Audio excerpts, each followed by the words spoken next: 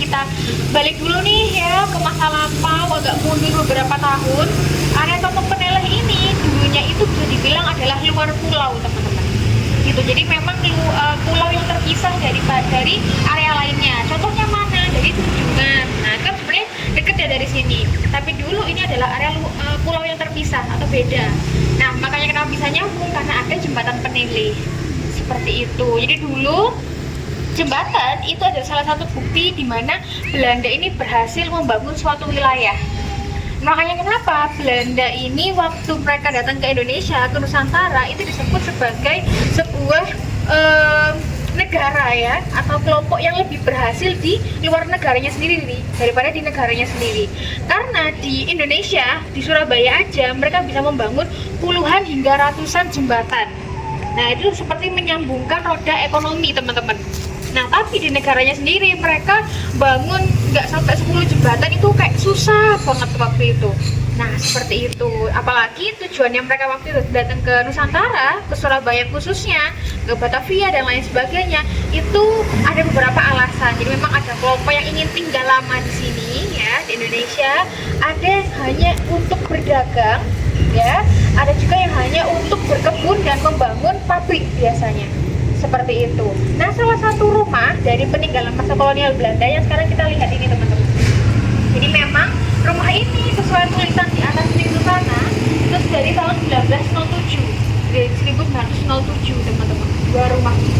Dan kebiasaannya orang-orang Belanda, mereka tuh kalau bangun rumah ya, buat tempat tinggal, itu selalu terpisah dengan satu lorong yang namanya gang. Nah, yang ada tulisannya awas ada anjing.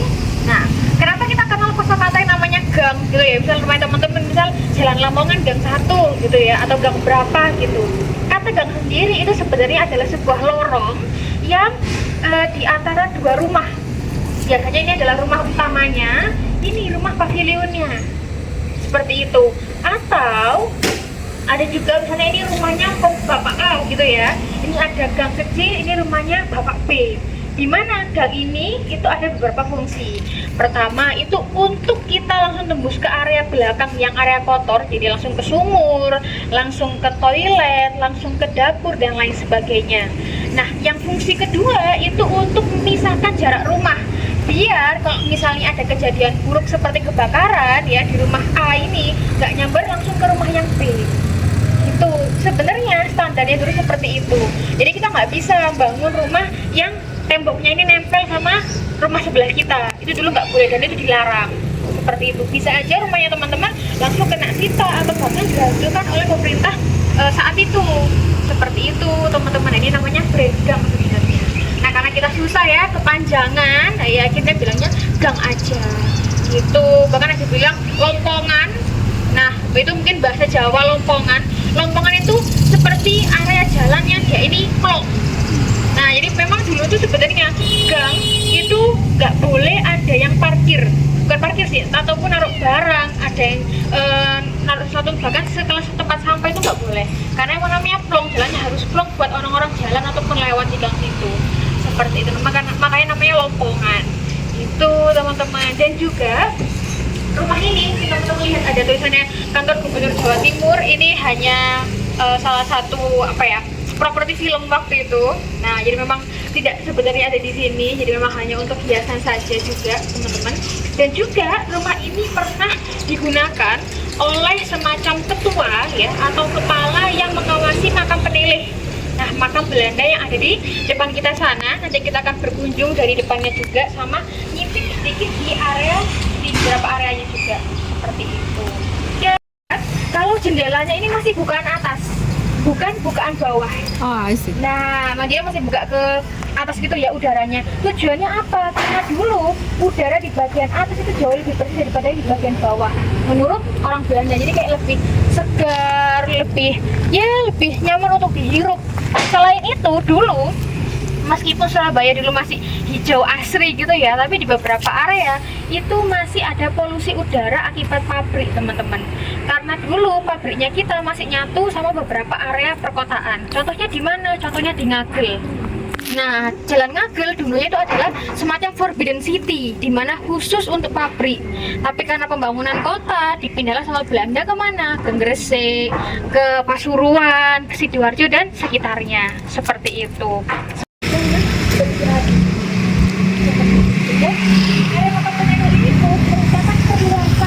Yang mau ambil foto ataupun video dulu juga silahkan teman-teman, atau mau ada yang minum dulu juga silahkan.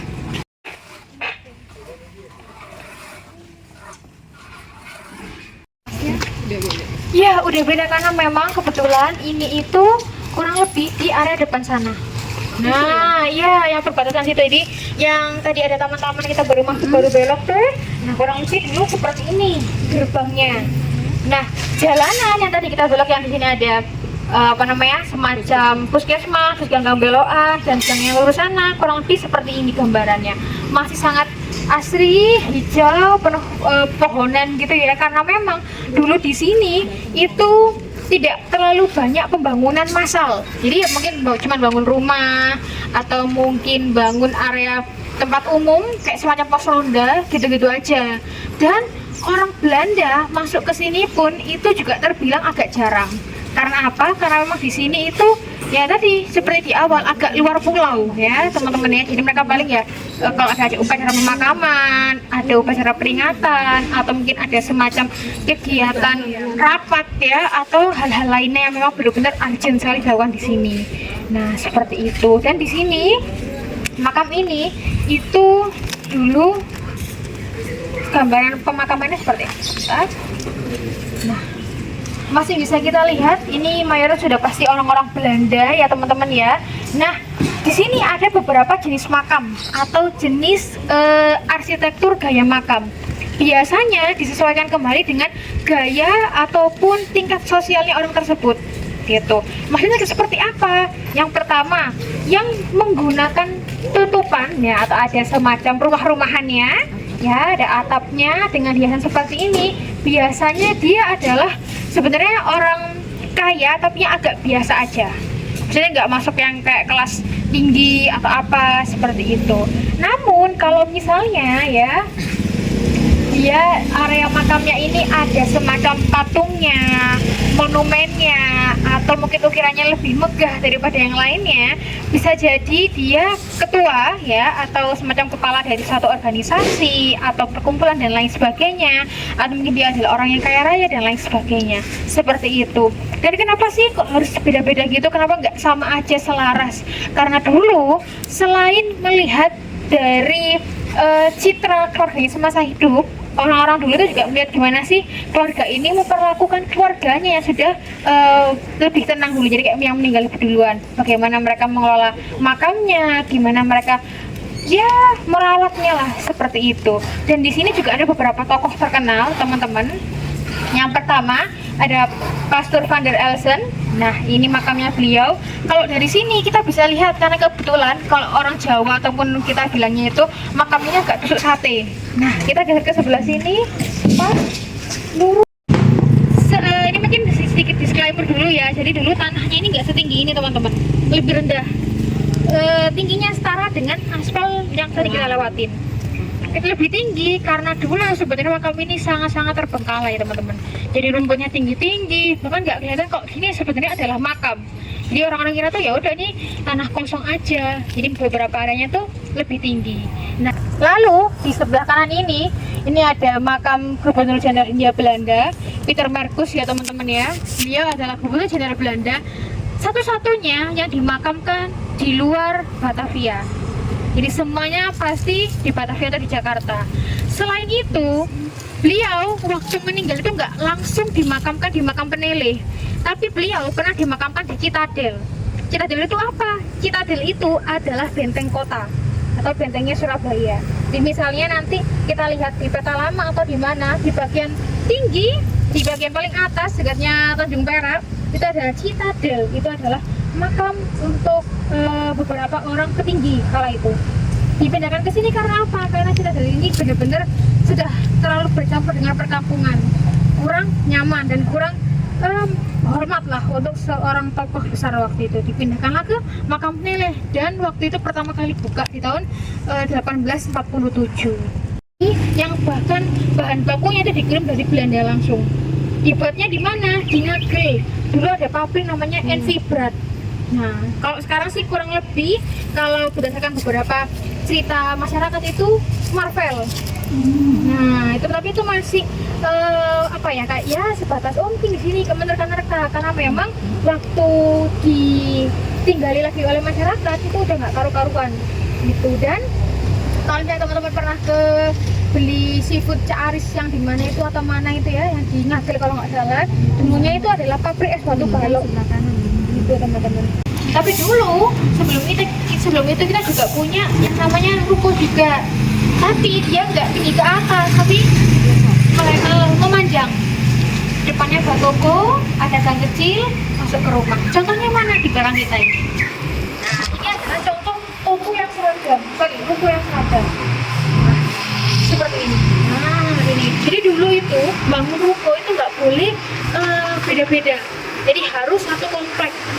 Biasanya itu semacam sponsornya itu adalah orang yang sama, bangunnya dengan gayanya mereka. Seperti itu. Ini adalah contoh ruko-rukonya waktu itu.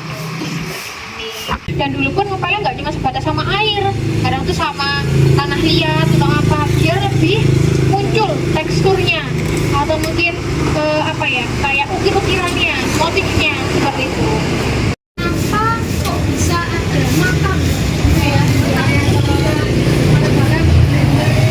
jalan? Itu kan beberapa alasan. Pertama, kita belum kenal yang namanya makam yang terpusat.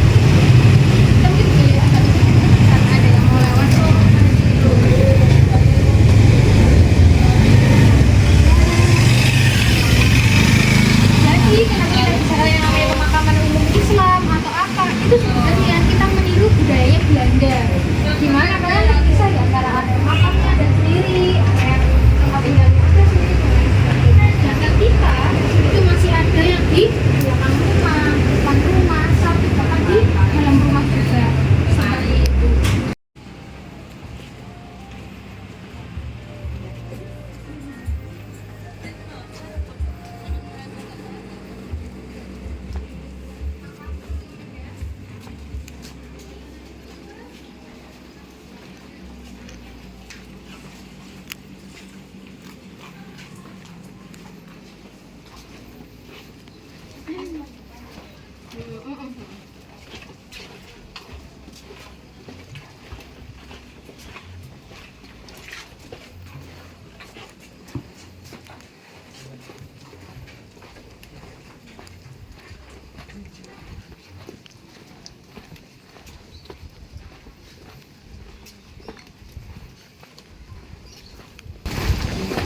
Mungkin kita dari pancing aja ya teman-teman ya. Jadi kalau misalnya kita masuk ke dalam gang sini, ini kan sebenarnya gang buntu sih teman-teman. Cuman ini kan sudah memang penuh dengan rumah-rumah warga. Tapi jangan salah, di antara rumah-rumah yang berdekatan itu terdapat makam seorang tokoh terkenal kita bilangnya. Karena apa? Karena ada makam Nyai Rokaya Cempo yang merupakan musik keluarga dari Sunan Ampel. Itu dimakamkan di sini ini ada beberapa cerita sih. Pertama karena memang dulu di sini itu ada kerabatnya tinggal kan, jadi akhirnya dimakamkan di sini. Seperti itu. Ada juga yang menceritakan bahwa memang waktu itu area sini tuh masih lahan yang terbuka, lahan luas gitu. Jadi ya udah mau dimakamin di sini gitu aja. Tapi kan memang pembangunan kota atau ya cepat banget kan, orang-orang pindah datang di Surabaya, ada area yang mereka bikin bangun rumah dan akhirnya makamnya berada di antara rumah-rumah. Seperti itu teman-teman. Seperti itu teman-teman. Mungkin sambil kita lanjut lagi ke gang sebelah sana.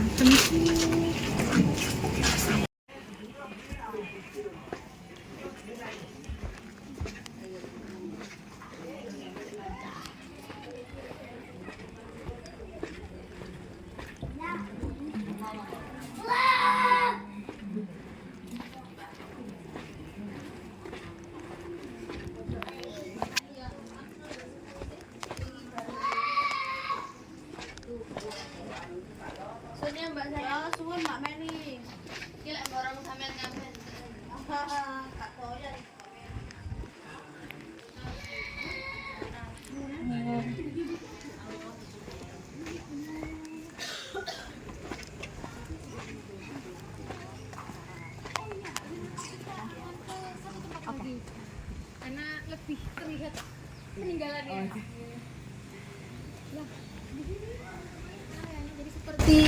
lingkaran gitu ya. Nah, rumah-rumahnya juga cukup boleh, tapi nggak apa, hati-hati teman-teman. Hati-hati tuh maksudnya tuh misalkan ada orang lewat atau apa, ini boleh.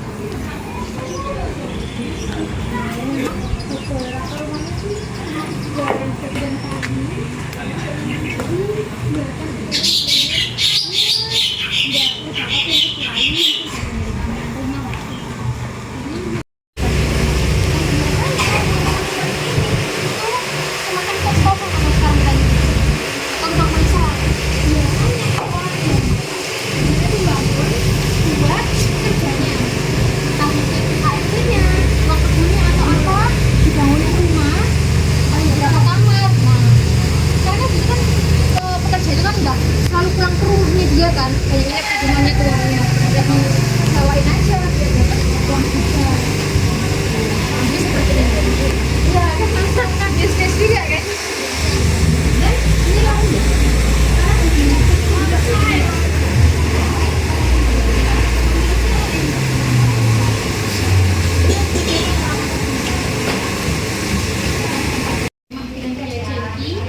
Jengki itu apa sih itu ya, seperti rumah-rumah dengan gaya yang memang tidak proporsional.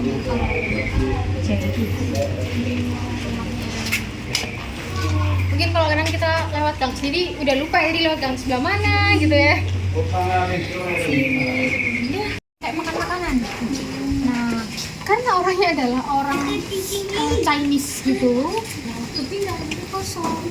Nah ini ya udah terus kayak dibeli gitu sama orang-orang Indonesia atau orang pribumi. Nah jadi akhirnya ini kos-kosan. Nah kebetulan yang kos ini kok bisa pas jualan makanan juga. Awalnya itu orang bakso kan, lama-lama yang kos ini orang jualan bakso semua.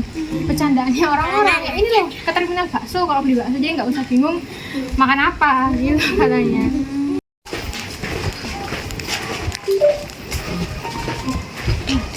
Di sebelah kiri ya, ini juga ada satu rumah Chinese tua juga di area ini. Nah, kelihatan banget kan secara bangunannya, terus mungkin kawat-kawatnya, kayunya dan lain sebagainya. Dan kenapa sih kok kayu-kayu ini sangat awet? Karena memang sudah pasti menggunakan kayu jati teman-teman.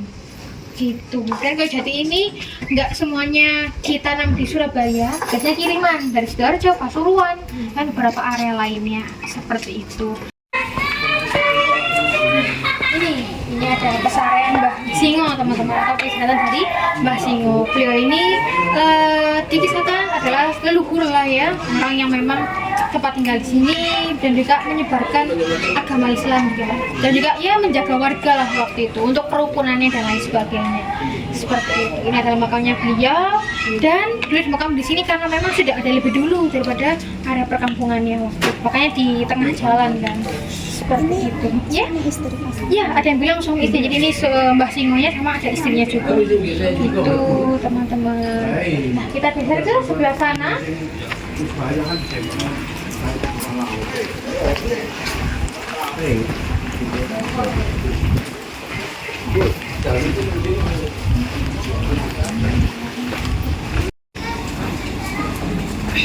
Oke, kita punya di sini dulu teman-teman. Nah ini adalah rumah dari Bos Cokro Aminoto ya teman-teman ya, karena memang dulu ini adalah bosnya Pak Soekarno.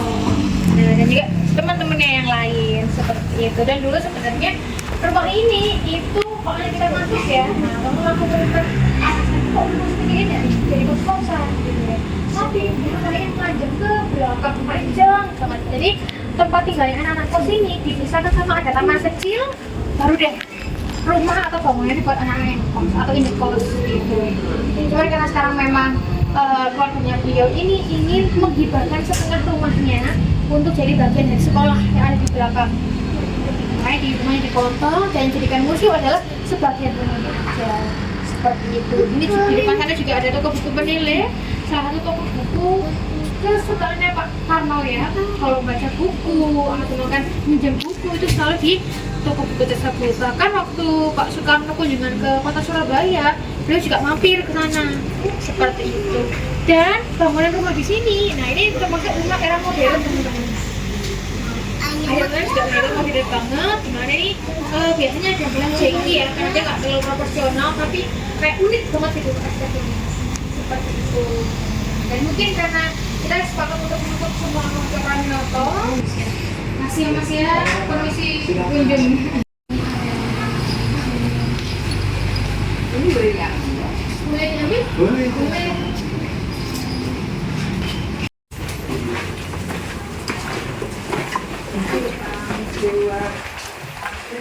Ini adalah rumah kos Cokro Aminoto ya. Jadi di rumah ini tidak hanya sebagai tempat tinggalnya Cokro Aminoto saja, tapi juga dikoskan. Nah, untuk para mahasiswa atau pelajar kota Surabaya dulu. Salah satunya ada Kartosuwiryo, ada Sumakmun, ada Bung Karno juga, dan beberapa orang-orang lainnya. Tadi di awal nih orang sempat bilang kalau sebenarnya luasan rumah itu nggak segini, tapi jadi lebar memanjang ke belakang gitu ya. Potongannya di mana? Di ini teman-teman. Nah ini baru ini buatan, ini baru dipotong kayak dibelah rumahnya dibagi sama yang di bagian belakang untuk dihibahkan ke sekolah. Memang sekarang orang-orang yang cari atau yang paling diingat dari rumah Cokro Aminoto adalah tempat kosnya Bung Karno dulu. Nah akhirnya dibuatlah replika kamar kos Bung Karno di atas ini. Tuh, nah mungkin kalau kalian mau masuk, kita bisa lepas sepatu di area sini, lalu naik ke atas sana juga. Gitu. Nah, seperti ini. Dan yang paling tidak bisa Bung Karno lupakan dari kos di sini, nah itu adalah cermin ini atau kaca ini.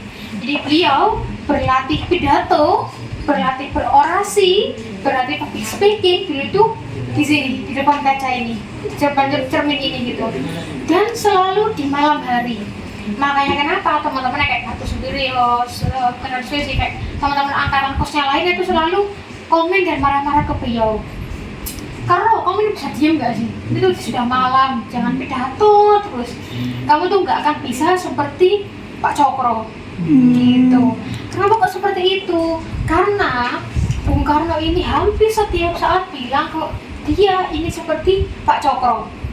Karena apa? Karena sini kan memang tempatnya berkumpulnya orang-orang penting dan pintar ya teman-teman. Jadi setiap hari, setiap saat itu selalu ada pertemuan, entah dengan orang Belanda yang ingin saling bekerja sama, atau dengan orang-orang penting lainnya seperti itu. Karena memang Pak Cokro ini adalah ketua dari Sarekat Islam, Sarekat Dagang Islam waktu itu. Kan banget teman-teman, aku persilakan bisa kita lepas sepatunya aja. Ya, ini kenapa kok harus lepas sepatu? Karena memang di area atas ini takutnya bikin kotor, nggak nyaman karena masih alatnya seperti ini kan. Atau mungkin ada yang butuh ke toilet atau ruang mandi bisa ke sebelah sini aja. Ini ada seperti itu. Mungkin silakan yang mau naik. Mungkin kalau misalnya tasnya mau disimpan di sini juga boleh, atau mau bawa HP-nya di ke atas seperti itu.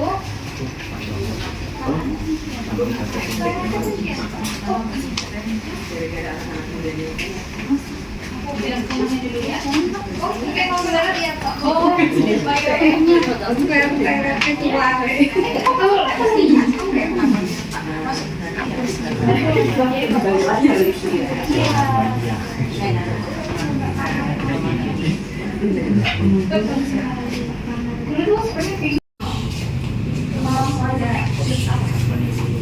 silakan kalau mau naik atas dari bawah kita jalan atas, mungkin di slide agak atau mungkin saja kalau ini juga silakan teman-teman, mungkin biar nggak terlalu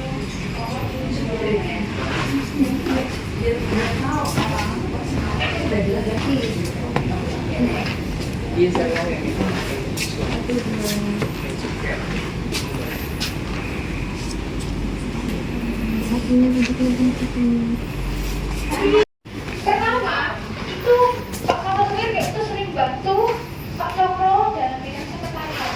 Jadi sekretarisnya bantu gitu. Ini ada di sini. Oh ini benernya Karno, ini anaknya bapaknya itu pakai kopi. Oh ini anaknya Pak pada rekan dari Pak itu. Dan Sukumi ya. Oh ini anaknya Sukumi gitu. Lalu juga kalau yang sama beberapa bulan aja karena itu udah beda kita kalau gitu, jadi lebih kayak kelasnya lah masuk nggak lama masuk jadi kan mereka sebenarnya juga pengen iya dalam kamar atau rumah saya gitu lah ya gimana mungkin itu cara masih kita juga kayak musik atau nonton diskusi gitu kita tuh kalian liputan oh dia nggak sama boleh kan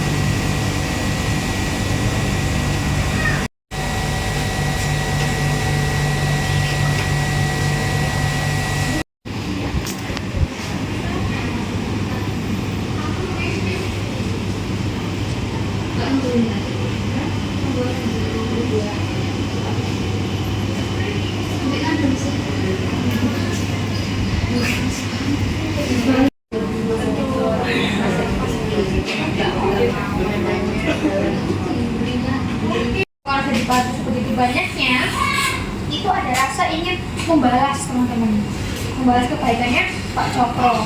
Sebenarnya titik ini tuh berawal ketika Pak Cokro ini habis ditangkap Belanda, terus sempat dipenjara di penjara Kalisosok di kota lama sana. Nah waktu kembali itu juga dalam keadaannya tidak sehat atau kurang sehat gitu teman-teman. Gak lama istrinya meninggal. Nah dari situlah Pak Cokro ini semakin merasa khawatir dengan anak-anaknya, kayak masa depan anak-anaknya nanti di sini mau dirawat siapa yang jagain dari tangan-tangan Belanda itu atau orang-orang itu gitu kan. Akhirnya cobalah kayak tanya gitu ke Cokro apakah sudah punya pendamping atau juga ada seseorang kayak gitu-gitu. Tapi memang Pak Karno dikisahkan waktu itu tuh nggak ini sih, nggak menyebutkan bahwa suka sama seseorang, jadi kayak ya udah nggak ada gitu. Nah tapi sebelumnya mundur dari beberapa waktu itu Pak Karno ini sempat mengajak Utari beberapa kali untuk berduaan di jembatan Peneleh di depan sana itu. Jadi kayak ini kan mereka kan dekat sama jembatan Peneleh kan, karena mereka ini jarang berinteraksi secara langsung karena kan mungkin tentang kesopanan gitu kan. Jadi kalau misalnya ada Utari lagi membaca buku atau lagi beberes rumah, nah Pak Karno lewat, Pak Karno tuh akan sambil bilang misalnya nih jam 3 sore ya, nah itu udah pasti kan jembatan Peneleh ketemuannya itu. Alasannya itu biar rame kan, sih nggak kelihatan orang-orang banyak, jadi kayak ya udah karena banyak juga orang-orang yang menyore karena kayak ada pemandangan gitu. Nah akhirnya beberapa kesempatan lagi bahasanya itu Utari lagi beberes halaman belakang rumah sana. Nah belakang rumah sana di kayak adalah Pak Karno muncul, ketemu ya sore kita di jembatan Peneleh. Nah di sana Pak Karno itu menyatakan cintanya teman-teman. Nah ini kan Pak Karno masih remaja, itu banyak kayak ngebambing gitu-gitu, terus kayak akhirnya masih bingung ini perasaanku sukanya sebagai apa atau gimana gitu kan. Suatu hari ketemu lagi di sana jam 5 sore. Jalan yang datang sampai Utari dulu kebetulan. Utari pura-pura melihat Kalimas ceritanya. Pak Karno datang ya seperti budaya waktu itu ya, kalau kelihatan kayak berdua kan agak kurang etis gitu kan, jadi mereka agak berjarak sama-sama lihat sungai Kalimas. Ceritanya sih menghadapkan ke Jalan Tunjungan. Pak Karno bilang ke Utari, di sini ada calon istriku gitu kan. Nah, Utari kan mungkin sudah ada rasa, tapi kan kayak siapa nih, terus tanya, oh di mana gitu kan teman-teman. Nah ternyata Pak Karno bilang dia ada di sampingku sekarang. Nah jadi kan Utari gitu kan, akhirnya kayak nyium gitu-gitu. Dan adegan ini pun atau peristiwa ini itu juga diabadikan di film lokal Surabaya namanya Kusno. Nanti kita akan lihat cuplikannya di Rumah Kenangan Bung Karno seperti itu. Yang pertama. Yang adalah ketika prosesi akad nikahnya Bung Karno dengan Siti Utari waktu itu. Akadnya di sini teman-teman kebetulan. Waktu itu yang menikahkan adalah Kiai Haji Mas Mansur, salah satu tokoh yang mungkin pernah kita dengar di kawasan Ampel, jadi jalan kan sekarang. Beliau adalah orang yang sangat taat agamanya dan sangat anti dengan Belanda, gitu teman-teman. Pak Karno waktu itu, beliau ini sebenarnya tuh tidak suka dengan orang-orang Eropa, tapi beliau ingin setara dengan mereka. Nah, caranya, ya salah satu caranya beliau adalah menggunakan pakaian perpaduan antara Jawa dengan Eropa. Contohnya mana? Di belakang ini, yang ada warna putih sama yang krem di bagian belakang. Dikisahkan waktu itu Pak Soekarno merapi dandanannya seperti ini, teman-teman.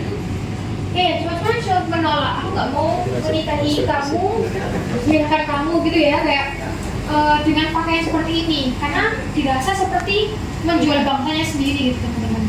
Nah, akhirnya marahlah Bung Karno, kayak gimana sih maksudnya?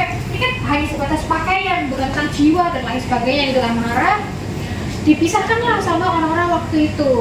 Dipisahkan, Bung Karno diajak ke halaman luar sini, sudah santai dulu kayak dikasih minum. Nah, akhirnya temannya ini memberikan satu batang rokok, teman-teman. Nah, ini satu batang rokok.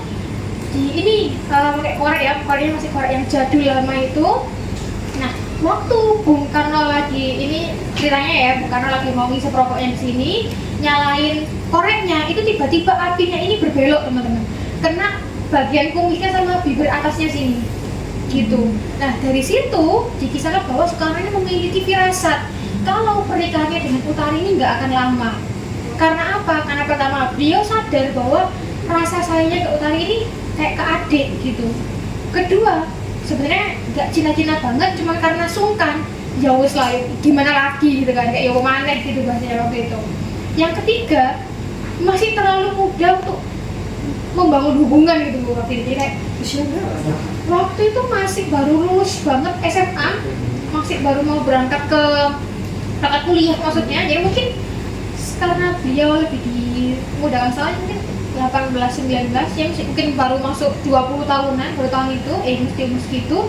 Akhirnya ya udah beliau menerima. Nah, karena udah dapat firasat sebelumnya, beliau memutuskan untuk tidak pernah menyentuh Ibu Utari sebagai seorang istri.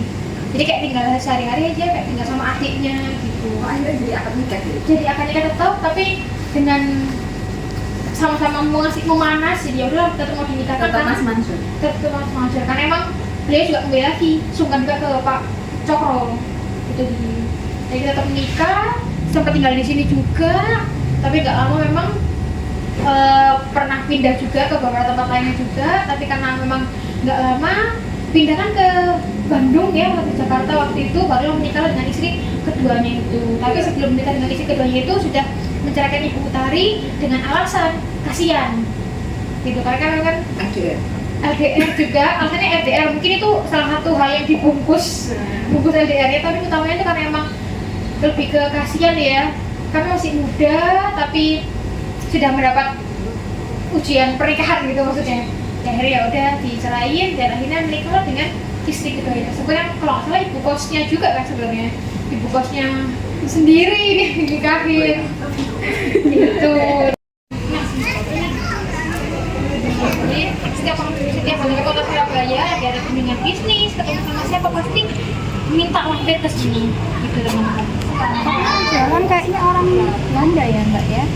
Ya lo enggak, ini orang Arab Arab. bener, Arab. Nah, di sini kan memang bener, karena memang beliau dari awal juga jualnya belum sama dia tahun dulu mungkin apa ya kayak mungkin belajarnya atau sampai sekarang juga ada sama dia juga jualan toko ini Belanda. Karena dulu kan kita masih agak terkotak-kotak ya secara pergerakan, tapi kalau udah perang ya mungkin sana ya ternyata orang yang sendiri di mana nggak seorang yang pulang. Oh iya. Ada sikil. Bingung. Tapi kan kayak udah jauh di sini ya.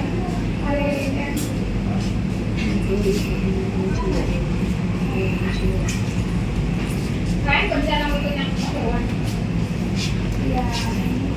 Kalau mencoba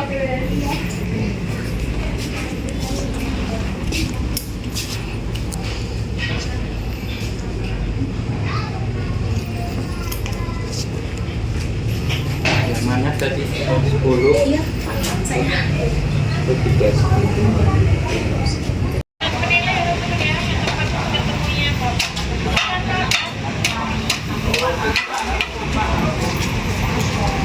Ada makannya karena memang sudah ada yang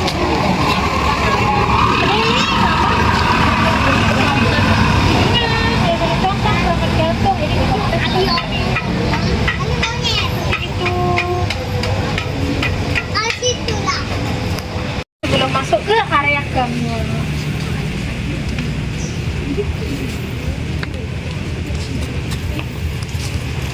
Nah, kita sudah mulai sampai ke Pandean ya teman-teman ya. Jadi ini adalah Pandean, artinya adalah kawasan kampung atau gang untuk orang-orang yang pandai besi atau ahli dalam besi.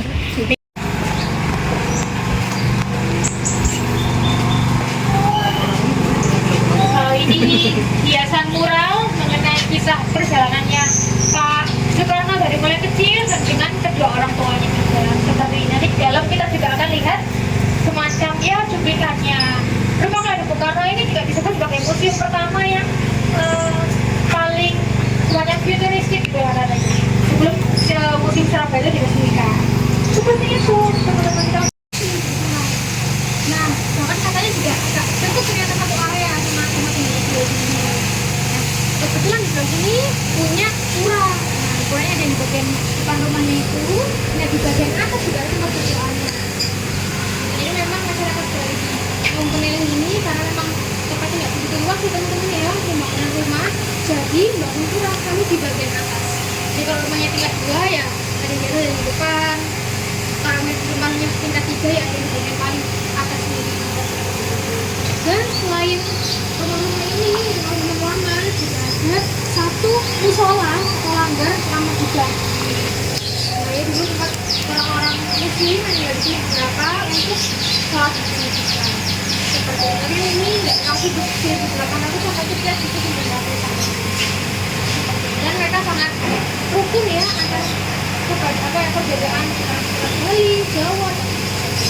Seperti itu mungkin biar gak lama-lama ya kita masuk ke area. Gimana?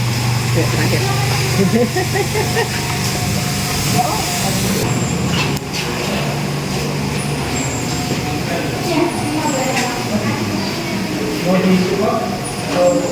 Wah, ini mereka mau pilih-pilih begitu, tapi sih kalau masalah begitu juga silakan banget orangnya. Oke, sudah masuk semua teman-teman. Nah, di sini kita akan disambut sama lokal guide-nya juga, teman-teman. Nanti yang menceritakan, yang membuat di sana juga ada. Silakan. Boleh kita agak merapat ke sebelah sini aja teman-teman. Kita ke tengah sini aja. Silakan. Nanti kita sama lokal guide. Sempat prosesnya untuk mendapati rumah ini bersama dengan Bu Risma. Jadi apa ya, untuk negosiasi harga dengan beliau yang punya rumah ini, yang akhirnya sama Pak Cahyadi disahkan menjadi museum di tanggal 6 Mei. Sebenarnya ingin dibarengkan di bulan Juninya, nggak tahu kenapa nama Pak Edi dimajukan di 1 bulan sebelumnya. Dan rumah Bung Karno ini bercerita tentang rumah nunut lahirnya Pak Soekarno sebenarnya. Jadi bukan rumah aslinya keluarga Pak Soekarno ataupun saudaranya enggak, tapi perjalanan beliau Raden Sukeni selaku bapaknya Pak Soekarno ini yang berprofesi sebagai guru ini mengharuskan ketika datang ke Surabaya harus mencari tempat singgah. Mengingat pada saat itu istrinya yang bernama Nyoman Reslimbeng, orang Bali, penari yang bertemu di Bali, jatuh cinta, kemudian menikah berbeda agama. Dikaruniai anak pertama bernama Sukarmini, salah satunya. Ini kakak kandung pertamanya Pak Soekarno. Lahirnya di Singaraja Maret 1898. Kemudian karena ibunya Pak Soekarno mengandung lagi dan harus pindah tugas di namanya dulu SD Sulung. Jadi beliau itu mengajar di SD Sulung di Surabaya dan tinggal di Pandian Gampat. Tanggal 6 Juni tepatnya lahirlah namanya Putra Sang Fajar. Karena lahirnya pagi hari, mungkin jadi mas mbaknya yang lahirnya pagi hari mungkin bisa disebut putri sang pacar. Sama aja. Jadi beliau lahir di tanggal 6 Juni 1901 itu pun lahirnya ditolong sama teman dari ibunya Pak Soekarno yang terbiasa menjadi macam kayak dukun bayi. Lahir di sini dikatakan lahirnya di ruangan Kusno. Nah, nama kecilnya dulu Soekarno bernama Kusno Sosrodiharjo. Kalau dalam bahasa Jawa artinya kesentosan atau orang yang menyukai ilmu. Namun dalam perjalanan menjadi anak dari Raden Sugeng ini tidak terlalu mulus juga, bisa Kusno kecil. Karena kenapa sampai tahun orang Bali mungkin ada nama idanya yang cewek. Dan yang bawah itu Sudarmini kakaknya. Dan sebelahnya yang pasti si paling ganteng Pak Sudarmo. Jadi Pak kamu tuh jadi TB lulus atau tidak? Lulus. Jadi menikah. Jujur yang bernama Maya Estianti, tapi dengan beda bapak. Dari rahim seorang ibu bernama Ida Alun Manangrai yang muncul dalam Patean Surabaya. Anak itu diberi nama Kusma.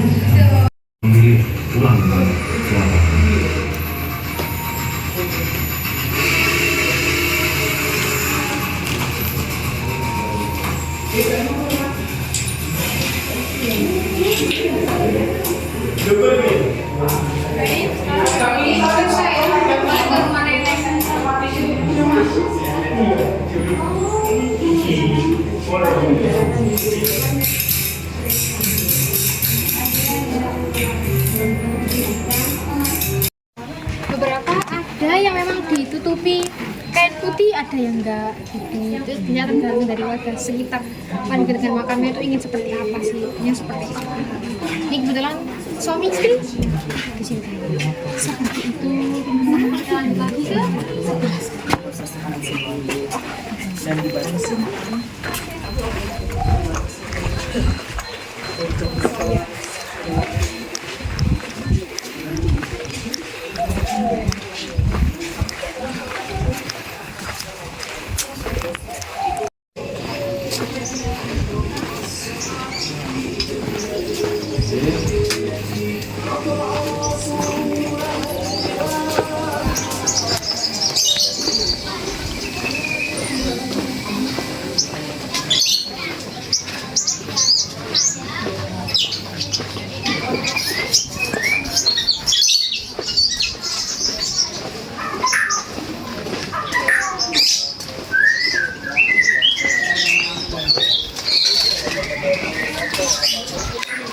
Papaya. Seperti itu teman-teman. Nah setelah ini kita akan bergeser ke Sumur Joko. Kita akan lewat gang ini.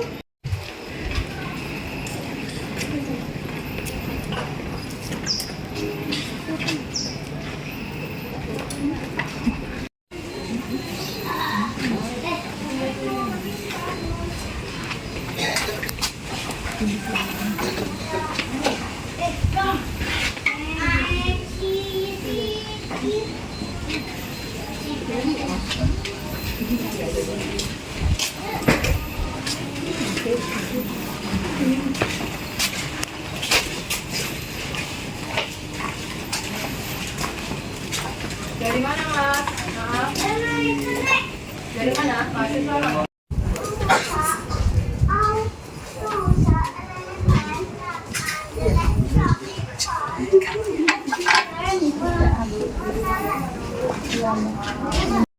nilai pun nggak ada ini dari sekali hari ini kan baru sampai Waktu itu Pak Agus ini bilang sebentar kita berhenti dulu, takutnya ada sesuatu nih di dalam sana gitu teman-teman. Nah berhenti sebentar, lalu setelah dibantu diriset pelan-pelan kayak dicek ternyata menemukan bibir sumurnya gitu, bibir sumurnya, dan ternyata di sekitarnya sana juga di dalamnya itu ditemukan yang ada di sana tadi, tulang-tulang manusia, hewan, fragmen keramik dan lain sebagainya. Lalu juga sempat akhirnya diuji ke trawulan sana, trawulan ke sini lebih tepatnya, ngecek ternyata bisa lebih jauh. sumur ini hampir sama tahunnya sezaman dengan sumur-sumur yang ada di Kaupulan Mojokerto. Gitu. Dan akhirnya setelah melakukan riset lebih dalam lagi mengenai sumurnya, diperkirakan sumur ini juga sudah ada sejak masa Majapahit, teman-teman. Seperti itu. Nggak hanya sumurnya aja yang dites, tapi juga hal yang ditemukan di sana. Tulang dan lain sebagainya. Terutama tulang ya, diuji ke Sydney dan ke Australia, ini tes apa gitu di tes Harvard. Ternyata tulang-tulang tersebut masih memiliki DNA-nya sama dengan warga di kampung ini. Itu ada sekitar beberapa orang, tapi ada yang bantu kita untuk lihat area sumurnya. Misinya teman-teman ini berat banget.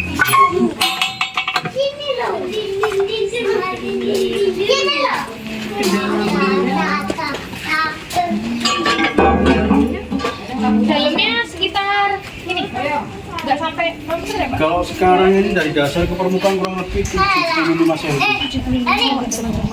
Dasar ke permukaan ada. Itu udah pasir itu. Seperti ini mungkin kalau ada yang mau masuk silahkan teman-teman, tapi hati-hati juga turun juga, dan teman-teman tidak boleh memegang bibir sumurnya ya. Nah, karena takutnya rapuh dan lain sebagainya seperti itu teman-teman. Cina nanti nangis kayak kemarinnya. Ambil foto di dalamnya, Tapi aku yang marah. silahkan. Tapi aku sama Atau mungkin tasnya mau taruh biar Ya, nanti. Ayo main. kalau mau gantian boleh, semuanya boleh. Kita coba masuk gitu kan.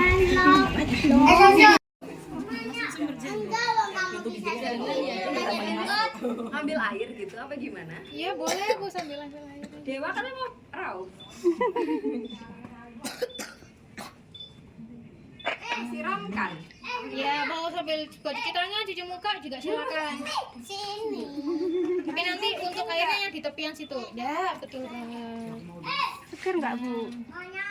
Gimana rasa airnya, segar? Segar terus bersih jernih. Nah, mungkin yang kepo-kepo silakan boleh teman-teman. Atau mungkin ada yang mau juga ini.